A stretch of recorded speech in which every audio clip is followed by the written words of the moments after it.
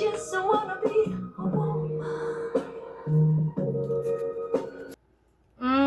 Dude, it's been such a good music day. I have been listening to so much music today. My mouth is all messed up because I ate some food and the like, like it destroys like greasy food with butter in it destroys lipstick no matter how long it says 24-hour stay is bullshit. So hi, welcome to my channel. Feel free to subscribe if you want. Probably get slapped with one of those glorious little triangles for losers. I always get slapped with copyrights every time I listen to music and I record, and so like boohoo whatever on me. But yeah, number one, thanks everybody who is here, that's been here. Thanks, that's really cool. I appreciate you guys and all of your interactions. Thank you. But sometimes there are strange interactions that I don't really do, so I just wanted to lay down some boundaries real quick. Number one, I don't private message anybody unless you're my family or like close friends. I've known you since middle school. It's just a thing for me. Number two, I'm not interested in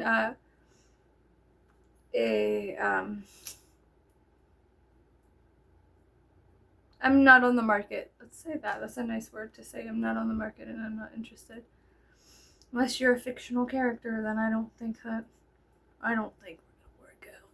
Unless you are Heathcliff from Wuthering Heights or Willard from Willard or Drop Dead Fred, and I don't think it's gonna work out. So thank you very much. Okay, and also like I've said before in previous videos, I'm actually more attracted to women, so but that doesn't mean that I'm on the market and I'm not looking, so please do not ever think, don't put me in a situation. I really appreciate that. Thank you so much for respecting my boundaries and listening. I know that in this community, like a lot of times feminine presenting human beings get fetishized and sexualized, and it's just because I dress like this and do these things, it doesn't give people consent to do that. And people will do what they want to do. People are humans, and or at least allegedly. So with that being said, I can't believe I'm sitting here trying to lay down boundaries and I can't even lay down my lipstick. With all that being said, thank you so much for listening, and I really, really appreciate it. And I know that we can create a community here that is mutually respectful without people fetishizing, or sexualizing me. Don't do that, please don't. I'm more of a concept. I don't really exist. As soon as this camera shuts off, I go back into a different realm. I don't exist, okay? This is just like one place where I can really exist as me without having all the other roles in my life that I have. This is who I am, and then this is how I allow my self-expression. This is my creative self-expression, sometimes doing makeup and then just chit-chatting with you guys. It's kind of like I'm painting a picture on my face and I'm like blah blah blah blah blah, traumatizing events, right? And hee hee ho ho, it's very funny. But also I think that, like I said, there's a tendency within the gothic subculture community and with feminine presenting human beings that they get immediately sexualized and harassed, and that's not gonna fucking fly here. So number one, don't put me in a situation, and I would really appreciate that. Like, we can all be friends, we can all do the right thing, and I think that we're all grown enough to do the right thing, so let's keep it classy. Sorry, I had to pull out my big girl voice. No, I'm just kidding. No, but I am extremely serious about that first part, so take all the time you need to go let that sink in, okay? Glory Box is such a good song. It's so good. It's so good. So I've been listening to a lot of Phenomenon, Naked in Manhattan, Glory Box, Omerta by Lamb of God, Hourglass, Walk With Me in Hell. But also I've been listening to Jefferson Airplane. I've been listening to just a bunch of different things. What are you guys doing? What are you guys listening to? What are you watching? What are you consuming lately? What kind of art and media are you consuming? Also like Tom Waits, I'm still consuming that. I still have to go through, I think it's Swordfish Trombones. I still have to go through that CD. And Man, okay, listen. The way that Gerard Way's vocals sound when they're isolated, it's immaculate. Um, Today I've just been like really in kind of a funky mood. This morning I was in a very playful mood. I had a lot of time by myself, but I only slept 4 hours. It could be some sort of going on with me, but I don't know. So this morning I was in a very, very playful mood, so I recorded a lot of content then, like short content, like reels and things like that, like for Instagram and Facebook, things I thought was funny and relatable, and so I put those out there into the world, to be judged, which is funny.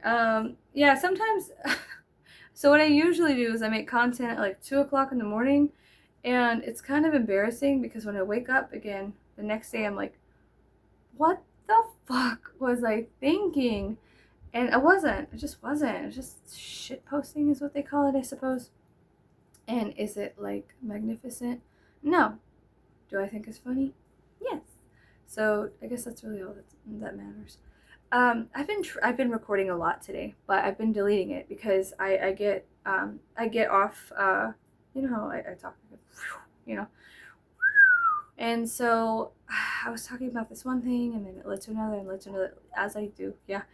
But I guess I'm judging myself.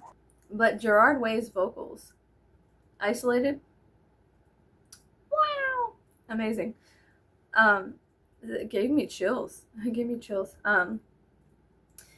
So I wanted to tell you guys a story about this chickadee I used to work with, right? She was also a songwriter, a singer songwriter. She had a producer slash manager guy who was they're all like little let me just be honest, like all these producers and managers of music and stuff, they're fucking skanks. They're all whores, they're sluts, they're bozos. Okay, sluts. Absolute sluts. And he was a slut because he ended up like, he was like fucking her mom too or something like that. Yeah, was that needed for the story? No, but is it important for you to understand the exterior dynamic of the music industry? Yes, I think it really is. There is always like unnecessary and unfair exchange of, there's no exchange, unnecessary and unfair and unequal use of power in order to put your fucking boot heel on somebody else's throat to get them to succumb to you whenever like you are their manager or producer or something like that, right? So long story short, he was like fucking that girl, and he was fucking her mom too, and like destroyed that whole family over like music. So fucking unhinged. It's just it's just trashy to me. Like, I'm not into any of that. It's just so fucking trashy though, just sitting there and listening to it and being like, what? But that's not the main part of the story. The main part of the story that I wanted to tell you is that the producer slash manager would send messages to the singer while she was at work, but they were audio messages. So they would be like, this is how I figured out behind the scenes how pop music and stuff like that gets written. He was like, oh, I thought of a song, blah, blah, blah. It's like, and you're like, and then over here at this part, you're like in the background. And then that was the audio message, like babble, doo-doo gibberish, right? And then she sent back like, okay, but what if instead of like, I was like, and then so she would send that, and then he'd be like, yeah, and then let's throw in some like T T T T like in the background, right? And then it stopped, and then it get right. That's how music starts. It starts off much as human babies start off, superb gibberish, and that was a very unique lesson I learned. Not unique, because I guess anybody who understands the music industry will understand that. I guess your manager or producer will be like, hey, you want to listen to the song and maybe we could try to work on it together, or let's try to write a song. You know, I hit a blunt. I hit the blunt, and then I was like, whatever. So, what the fuck ever. But then, like I said, in the background, there was like all this like crazy like fucking going on, and I'm just like, that's, don't touch me. Like, girl, do you wash your hands? Don't fucking touch me. Don't touch me. Like, I don't know. It's just, to me, that's gross. I don't know. I'm not into that. I'm not. So, yeah, it was just a lot. It was funny, too, because she was like, I cheated on my boyfriend with my manager. And I was like, have you ever thought about stopping, not doing that? And she was like, no. You ever thought about maybe not fucking your manager while you had a boyfriend? Huh? No. Aha. So there's nothing going on up here? So, yeah, that was really weird. That was a really weird experience. I was like, oh, that's how your music is written? That's crazy. A lot of the art I create and the music that I write is very, very sad. And very, like, it's just sad stuff.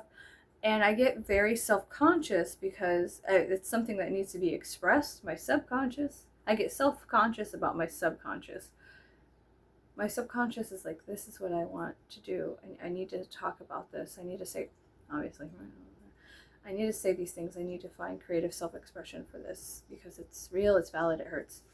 And then, wow, peacocks are magnificent. They're so pretty. Anyways, what was I saying? I got hypnotized by this picture of a peacock. I just got fucking peacocked. What's he saying? Oh, my subconscious is so sad. Sad girl, subconscious. And it's like really pretty but very dark and haunting stuff I make. And then I get self-conscious of it.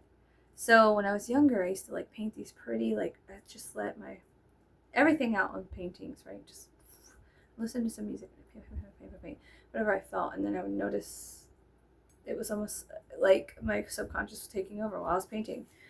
And then I would step back and be like, oh shit, man, this is kind of dark. Like, this one time I painted a goat, but its like face was kind of like burned and messed up and wiped over, like you couldn't really see it was there and it wasn't there. It was kind of like you know how clouds are, like a Rorschach thing where you looked and you could see a goat, but it necessarily wasn't a goat, you know. But the horns made like a beautiful like curls, but they were like jester hat things. And I was so self-conscious about that painting because I was like, oh my god, I was so scared of people perceiving me because I saw what I was saying. And I was like, fuck, I can't say that. Like, I felt so choked up about really saying anything, really existing, and really feeling. Feelings were so abstract to me when I was younger and painting. Like, I wasn't allowed to have them. And so, what I did was I destroyed the painting and I ripped it up. I was so scared because, first of all, it was like a goat. And then it had like jester horns and it kind of looked like a brain. And it reminded me of like the balancing of the hemispheres and also like a jester hat and a goat. So it was like, to me, I was saying like I felt like a fool, an idiot, a scapegoat. And all of these things were true. The truth had come out of me. And unfortunately, I was kind of like put back by it. I shocked myself. It's like I opened up my subconscious too much and I shocked myself with the realization of what was really happening around me and to me and stuff like that. So now I've made peace with it, but let me go back. I destroyed the painting. I did that a lot when I was younger. I would paint just all these morbid things and I would stop painting and realizing what I had painted, like automatic painting basically. And I would get scared because it was like always these morbid pictures or very, very sad, depressing like imagery. And I was so afraid that people were going to ask me questions that I didn't have answers to with my art. And I was also so afraid of being like perceived. And I was just so scared, like skittish. So I would like burn my paintings in a fireplace religiously, like ritualistically. I would like purge automatic writing, automatic painting. Sometimes I would do automatic writing, but I would do automatic painting and then stop and be like, oh no, fuck. And I'd go to the fireplace so no one was home and light all of my paintings on fires and just watch it release. And in a way, it was like ritualistically, the act of doing that was healing. You understand? Like allowing my subconscious mind to express itself, me realizing it, seeing it, absorbing all of that information and be like, oh shit, like reabsorbing it after it is expressed out, the reabsorption, and then destroying the evidence. No, but I was so frightened that I was affecting other people vicariously through existing, and so I thought that my pain was being inflicted on other people by me expressing it. I was too afraid to talk about my pain because I was like, what if I hurt somebody? Which is stupid now that I'm thinking about it. It's not stupid, it was just foolish, which is something that my subconscious was trying to tell me. Like, I am l'idiot, the fool, the scapegoat of my family. Somebody that walks between both hemispheres. I'm very mercurial. And I should just embrace and accept that. But it was something I had denied myself access to, and also something that I was ashamed of. I was ashamed of being an idiot, a jester, comedic relief, a fool, everybody's punching bag. But I still had like the resilience to get back up, like spit blood out and just keep doing it again, keep juggling, keep doing the dance, keep like hula hooping and juggling and entertaining people and stuff like that. So was my subconscious correct? Of course, it was telling the truth. It doesn't lie. At least mine doesn't. Maybe someone else's does. But I find that with humans, our subconscious mind is always trying to help us. Even sometimes with very scary things, it's trying to trigger us into self-realization of something that we cannot perceive correctly because it's fractured or it's from a strange angle, right? So I don't know, with all this, like, I've been doing radical self-acceptance and things of that nature, and it's been helping to an extent, but of course there's still so much work that you need to do and that needs to be done. So I destroyed my painting, and I waited till the middle of the night to go take it out to the trash can because I was so ashamed of my painting. It wasn't like I drew a dick or anything. It was just a goat, but it was so strange. It looked like, like rotting melted flesh, and it just felt like that, like a zombie jester scapegoat. Like it was so raw and so real, and I was just so scared. I was frightened of myself. I guess I should have been surprised at myself and not so much frightened.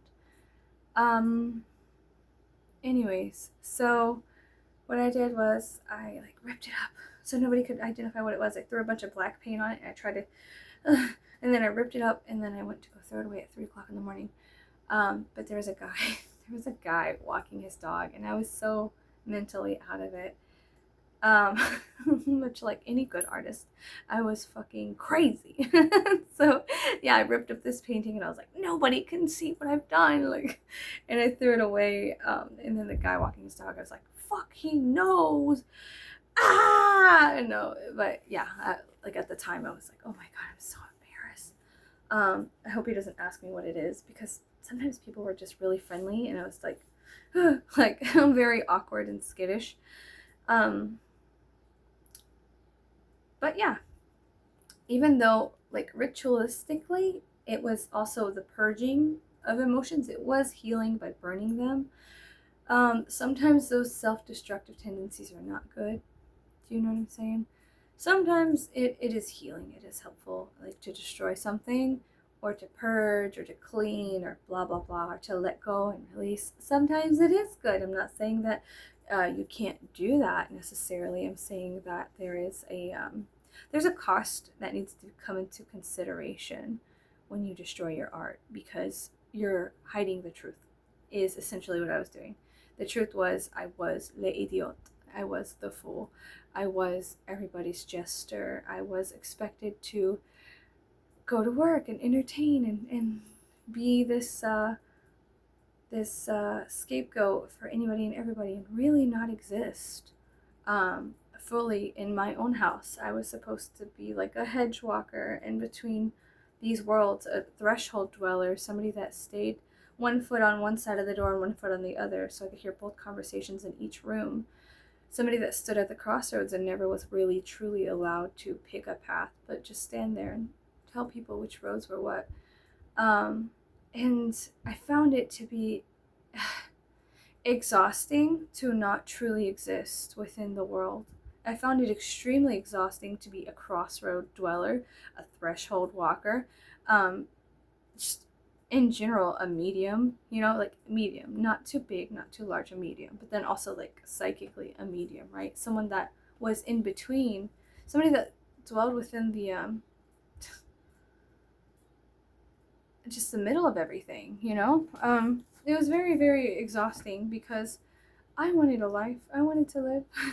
I wanted to experience things, and instead I was like the hired clown.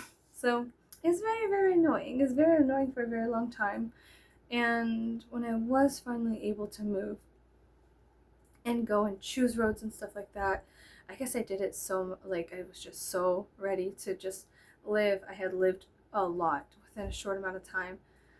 And so then I would have to go back to crossroad dwelling, like observing the living, observing the dead, being in these in between spaces where just observation happens and understanding and silence.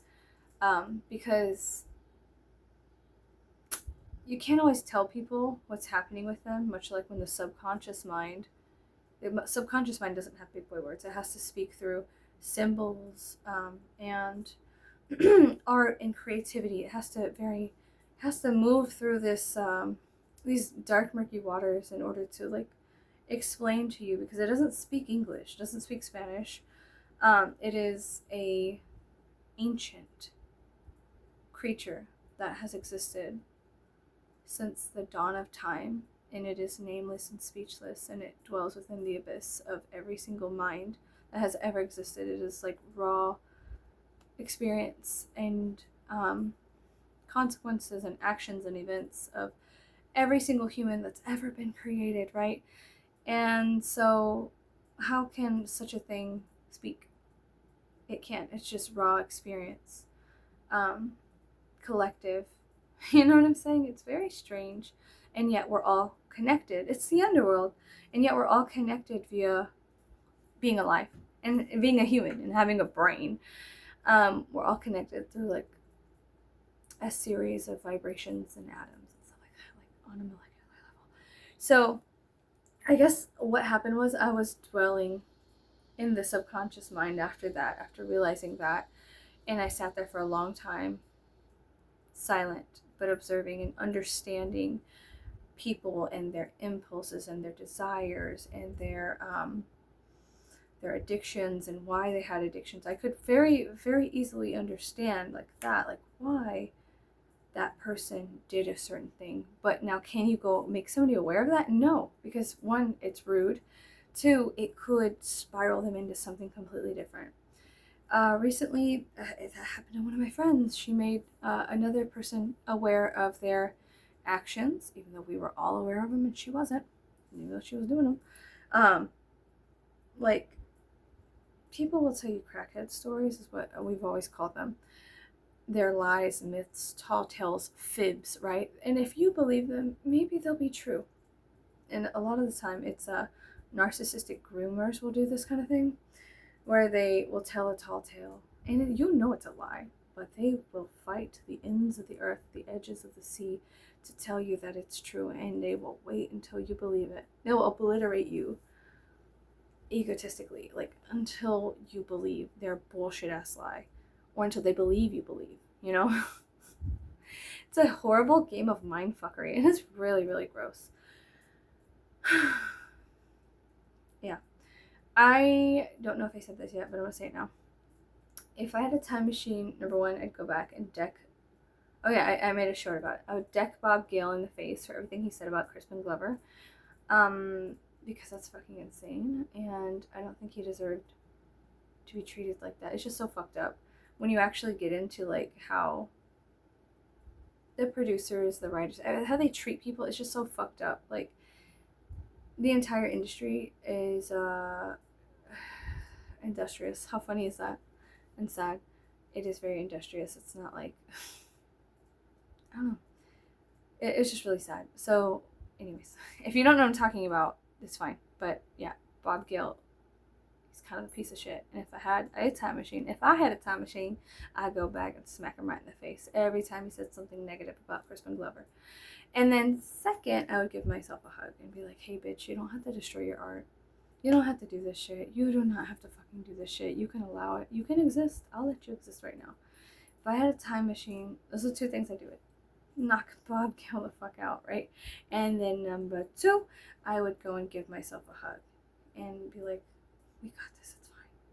You're okay. You're gonna get through this. You're gonna be fine.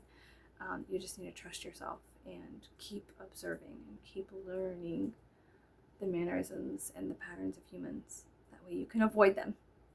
Okay? You silly, silly little girl. I think that's what I was doing as well. I was doing a lot of pattern recognition and let's just say marketing data.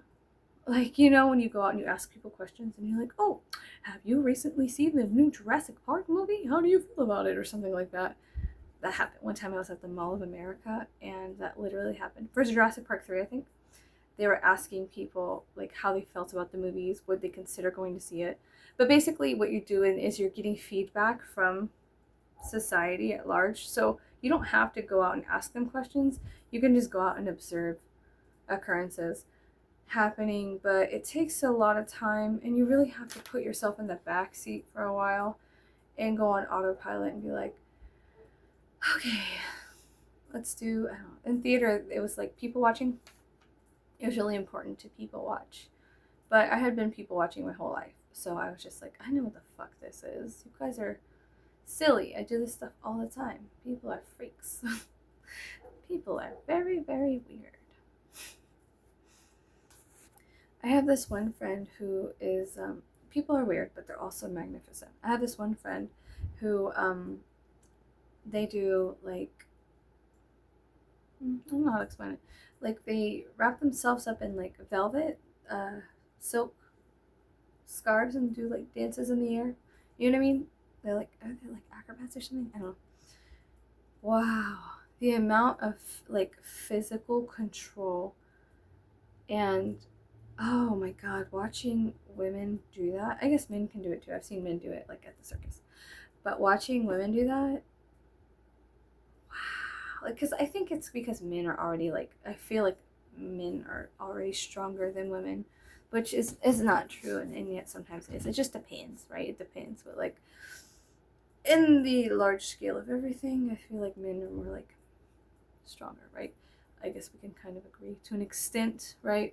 Most guys could probably skitter up a tree. This is something at least country boys, they're skittering up trees. I was skittering up trees too, okay? Okay? But when I see a girl doing this stuff, like midair, like wow, wow, wow, wow, wow, the strength. I just the appreciation I have when I do observe somebody. Maybe I'm a good person to have an audience. Maybe I'm not supposed to be on the stage because I do enjoy just being a gas up person. Like I love gassing people up because they deserve it. Like that's amazing. That is gratifying and beautiful, and like it was like just pure bliss and ecstasy watching her do these amazing moves that to me are, it was like magic, like absolute, like a magician, like doing casting spells in front of me with her beautiful figures and swirly twirlies and everything. And wow, so cool. It's so cool to have a friend that can do that because I'm like, that is really great. So good to see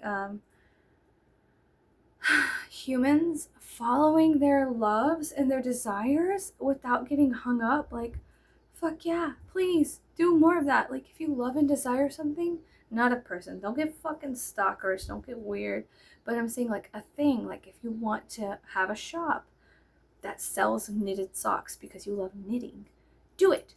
Like, do it. And, like, for sure, like, just do it. And when people do the thing, wow, it's really magnificent to see people reaching for their dreams and then the dreams become a reality.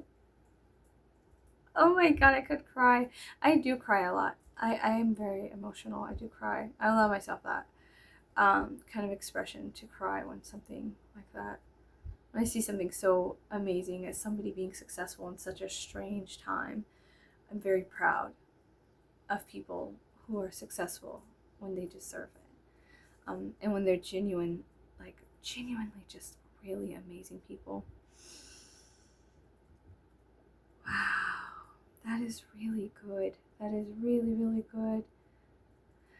Oh, it's so beautiful.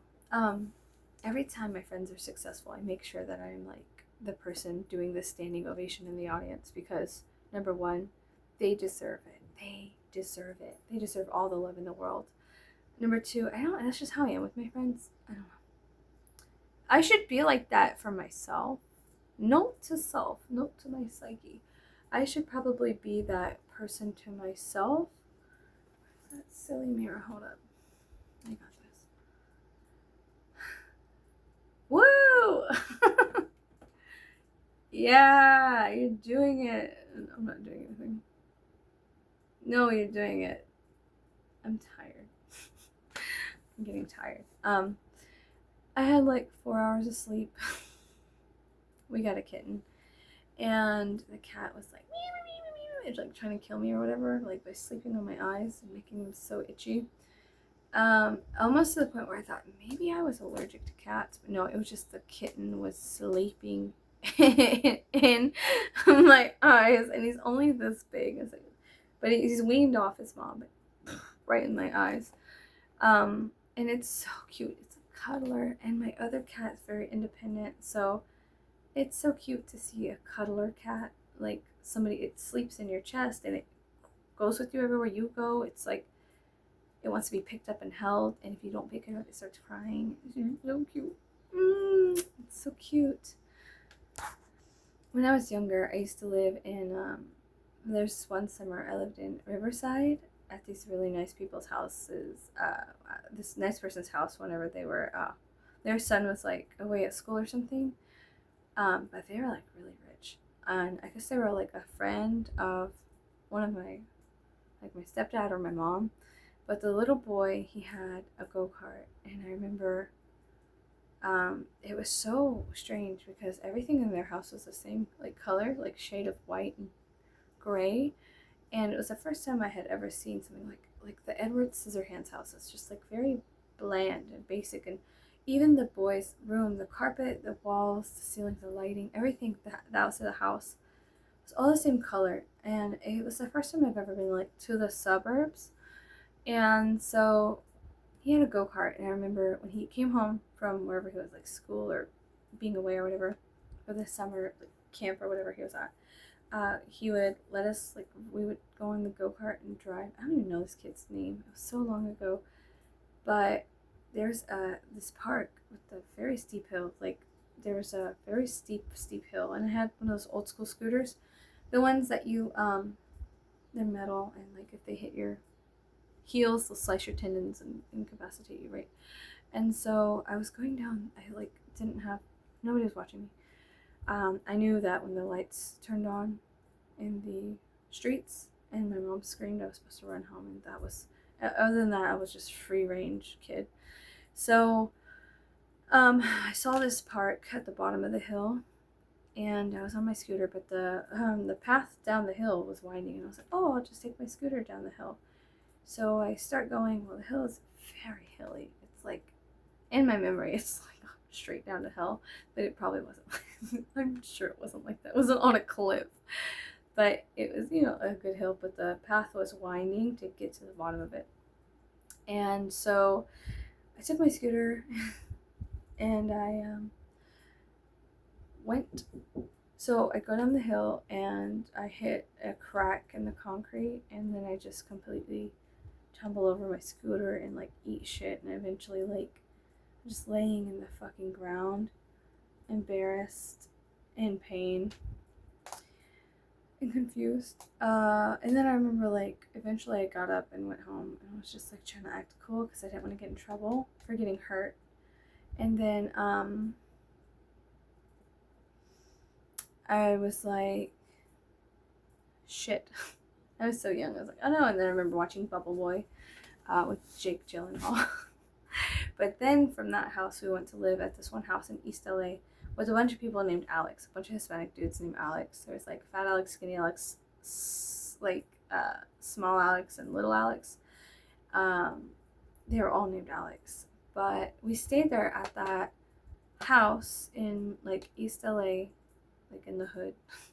Everybody had like rocks instead of grass. And I just remember like the grass was so hard on my feet. I was such a wild little feral girl, and I was running without my shoes on, and the grass was like so. It was like thorns coming out of the earth, like pure sticks.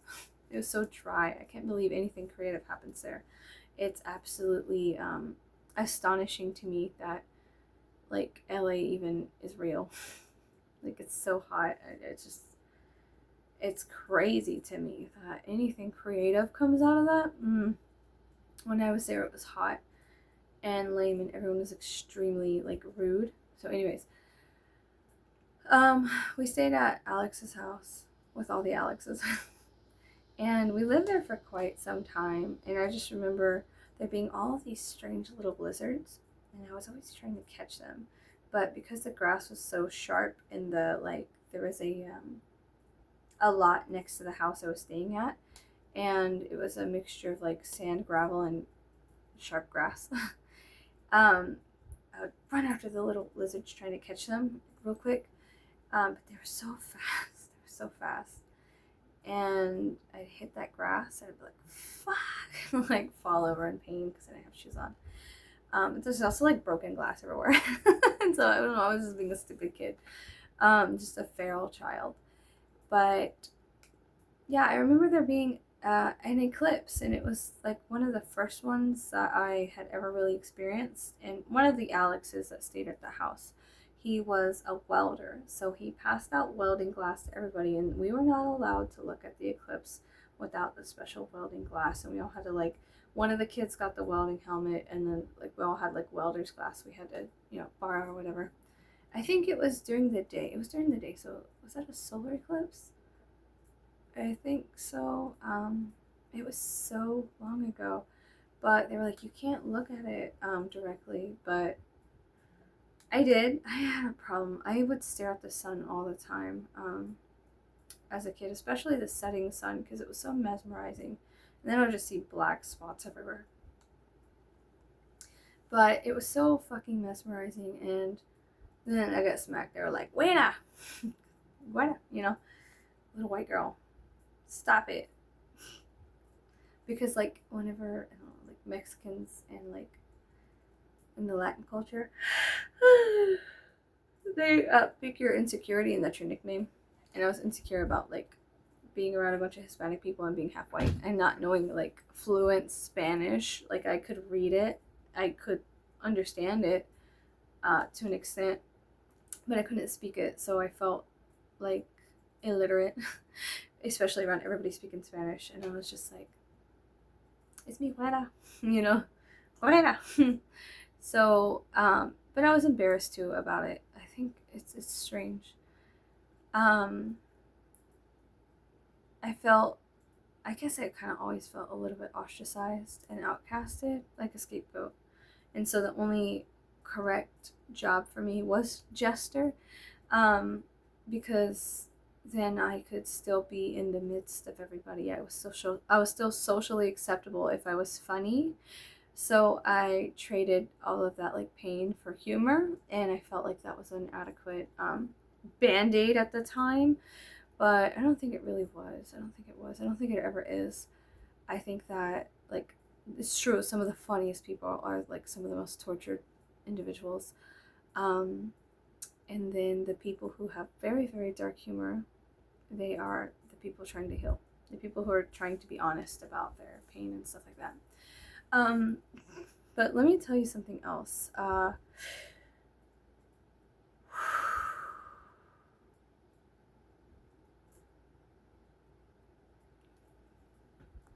So there was this one time I think I've said this in a video before, but maybe not. I don't. I delete a lot of footage. So there was this one time I had a friend, right? And we were two alternative girls, right? And we would go to like bands together, and we had to be like the most baddest bitches in the county, right? Even though we were the only people that looked like this, like weird. And we wore like different things. And she had a digital camera, and so what we would do is we would take pictures of our favorite like horror movies. We would like pause it at a certain point and get the camera really close to certain things in the horror movie, and then take a picture, and then go to Walmart or Walgreens and get the film developed, bring it home, have it like poster sized, and then like we had a bunch of homemade posters on her wall that we collectively made together, via our favorite horror movies, right? And the one that we were really, really interested in was the Texas Chainsaw Massacre, right? And we could not be little bitches, right? So what we did was we would compile our money together to buy every single Texas Chainsaw Massacre movie up to that point. And we would go on the weekends, whenever I would go hang out at her house or stay the night or whatever. We would watch them, and if a part in the movie made us feel uncomfortable, there was something on the remote. It was called AB Repeat. So you can loop a DVD, and she also had like the DVD VHS combo TV. And so we would lay on her bed, and like with all of our like horror movie pictures on the back of the wall that we had from other things, and music videos that were on like VH1 and MTV. We would take pictures of like Serj Tankian and Darren Malakian from System of a Down, and like from the music video, like Questions and stuff like that. When it would come on TV, we'd quickly take pictures and then get them printed out, because you couldn't find a good System of a Down poster back in the day, back in like 2004, right? Not where we were at least, not at our Hot Topic or at our Spencer's or at our Walmart, right? So anyways, we would watch multiple horror movies at her house. We would shut the door and turn the volume down, and like her parents and her grandma didn't know like that we were really watching this kind of content. So we would turn it down, and we're like, if anything makes us feel uncomfortable, we're going to loop it. We're going to AB repeat it, and we are going to watch it over and over and over again until we're desensitized from it, so that way it doesn't affect us. We were MK Ultraing ourselves, okay? I'm not even fucking with you. It was crazy. I think it was the remake, the Texas Chainsaw Massacre remake, right? And there's this part where the girl, she's like sitting at the table, and then I think they like slit her throat.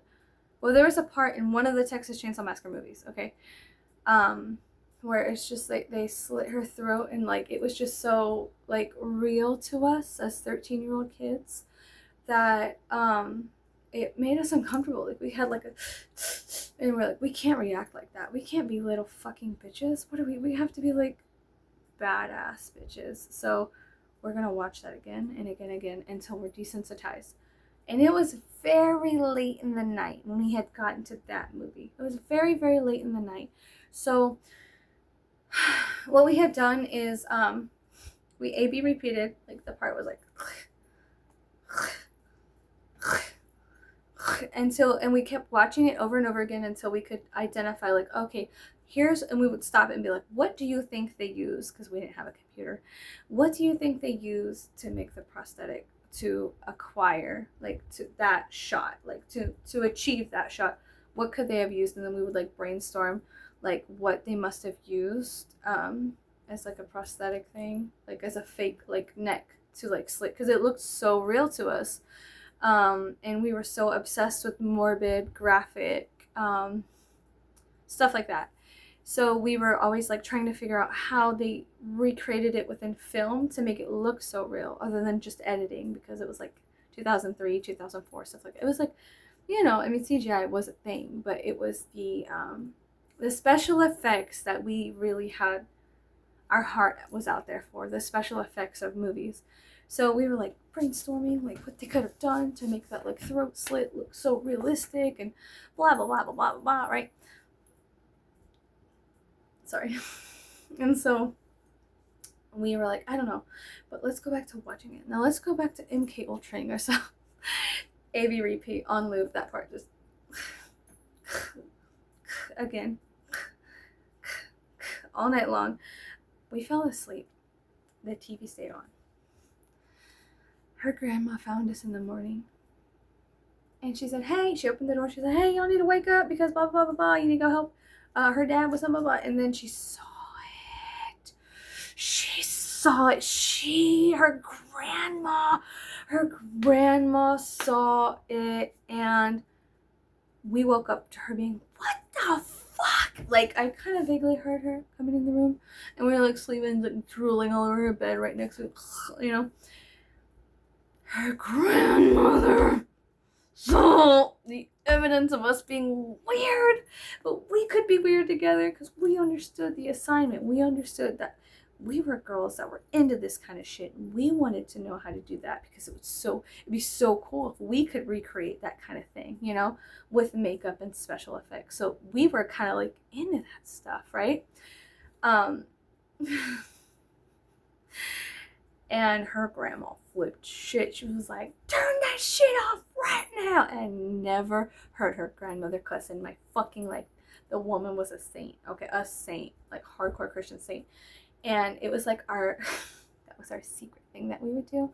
We would watch the Texas Chainsaw Massacre really low in the room and like take pictures on her like digital camera and like secretly get them printed out at Walgreens and hope that our pictures didn't get flagged because they were like graphic, you know what I'm saying?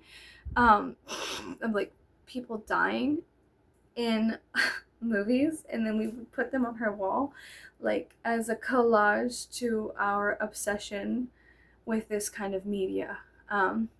We also would like spend hours in her room trying to growl, like scream, because we were into like Lamb of God and that kind of like deep growling. We would sit there and like egg each other on to see if we can like achieve what guys could achieve.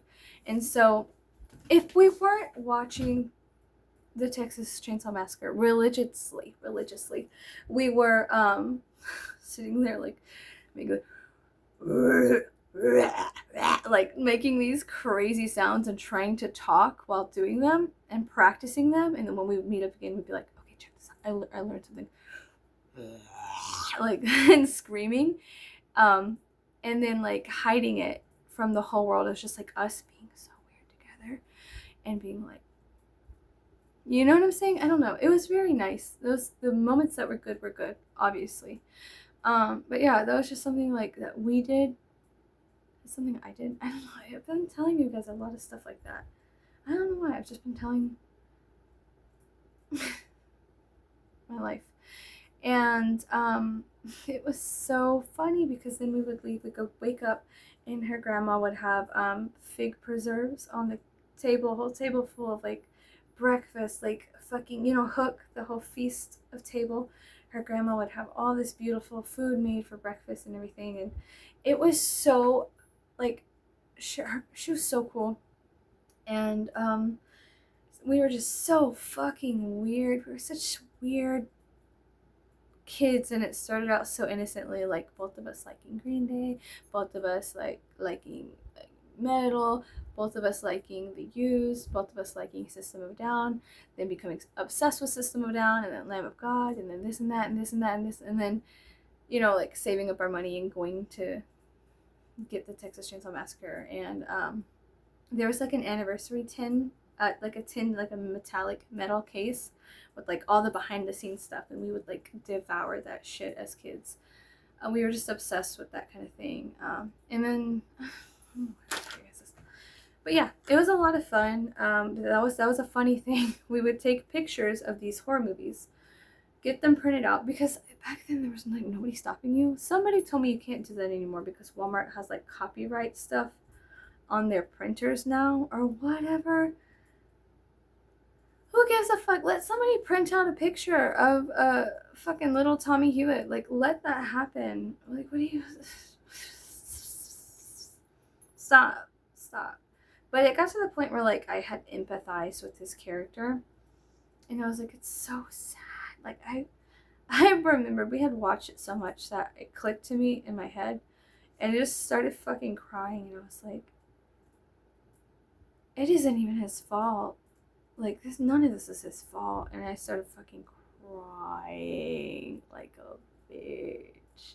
I was crying. There's this one scene where he's like sitting on the couch like crying and like he looks out the window real quick and then he's seeing if anyone else is out there because he's like scared and shaking because these stupid fucking teenagers are invading his house, and he's like, you know, it was just so sad. It was so sad. It was like that. It was just a strange moment for me when I started empathizing with him. I was like, oh no, oh no. But yeah, I think I'm gonna go. I'm gonna go ahead and leave, and I have to go take some kind of like. Everyone's sick. This is a side note. Everybody's sick. I have to go take some medicine because I'm starting to feel like Willy Wonka and the Chocolate Factory when they're going through that tunnel and everything's going very, very fast and quick, and then there's like centipedes on the walls. So I'll see you guys later. Hope you guys have a great night. Thank you so much for being a part of this stupid yap sesh. I will see you later. Be nice to each other. Be kind to yourself. Don't destroy your art. Just hide it from yourself. Be like a dog hiding a bone. Hide your art from yourself. Don't destroy it.